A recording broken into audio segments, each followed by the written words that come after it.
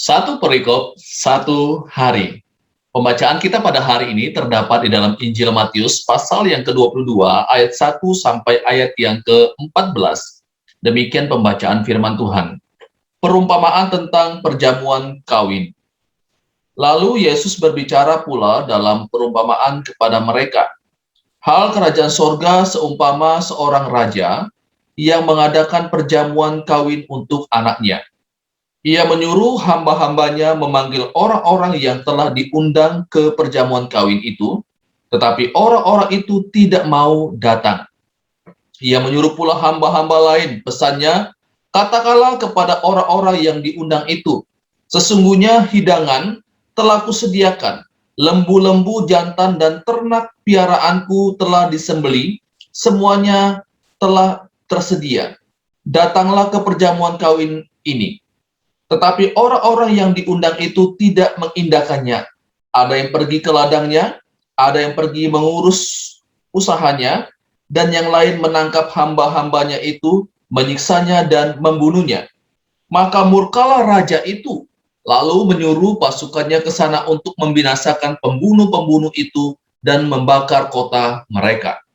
Sesudah itu ia berkata kepada hamba-hambanya, perjamuan kawin telah tersedia, tetapi orang-orang yang diundang tadi tidak layak untuk itu.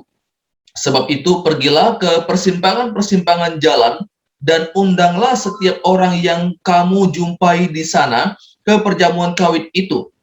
Maka pergilah hamba-hamba itu dan mereka mengumpulkan semua orang yang dijumpainya di jalan-jalan, orang-orang jahat dan orang-orang baik, sehingga penuhlah ruangan perjamuan kawin itu dengan tamu. Ketika raja itu masuk untuk bertemu dengan tamu-tamu itu, ia melihat seorang yang tidak berpakaian pesta. Ia berkata kepadanya, "Hai saudara, bagaimana engkau masuk kemari dengan tidak mengenakan pakaian pesta?" Tetapi orang itu diam saja.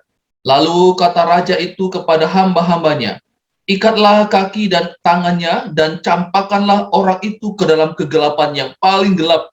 Di sana akan terdapat ratap dan gertak gigi. Sebab banyak yang dipanggil, tetapi sedikit yang dipilih." Saudaraku, di dalam pembacaan ini dikatakan bahwa seorang tuan mengadakan perjamuan kawin untuk anaknya. Dan ia mengundang orang-orang untuk hadir di dalam perjamuan kawin ini. Tapi ternyata orang-orang yang telah diundang itu, mereka memberikan respon yang tidak baik. Mereka tidak mengindahkan undangan yang sudah diberikan oleh Tuhan ini. Ada berbagai macam alasan-alasan yang mereka sampaikan. Alasan pekerjaan, dan lain sebagainya. Dan bahkan kita lihat Bapak Ibu, ada yang mengatakan di sini, ada yang memukul dan bahkan membunuh orang yang membawa undangan tersebut. Nah, kita melihat di sini ada berbagai macam alasan-alasan yang disampaikan. Ada alasan yang masuk akal, alasan yang penolakan secara halus terhadap undangan ini, tetapi ada juga penolakan langsung secara frontal, secara kasar menolak undangan dari tuan yang mengadakan perjamuan kawin ini. Nah, pertanyaannya, mana yang lebih baik, Bapak Ibu? Menolak secara halus atau menolak secara kasar? Dua-duanya tidak ada yang bagus. Menolak secara halus dengan bahasa yang halus dan bahkan mencari-cari alasan untuk tidak memenuhi undangan tersebut tidak akan lebih baik dari penolakan secara kasar. Dan bahkan dikatakan membunuh di sini. Jadi menolak secara halus, menolak Yesus secara halus dan menolak Yesus secara terang-terangan, dua-duanya tidak ada yang benar. Tidak ada yang bagus. Jadi Bapak Ibu, persoalannya bukan pada halus dengan kasarnya, tetapi ketika ia menolak. Jadi poinnya ada pada kata menolak.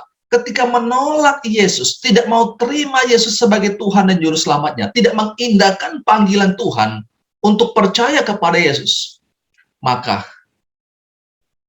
itu artinya kebinasaan.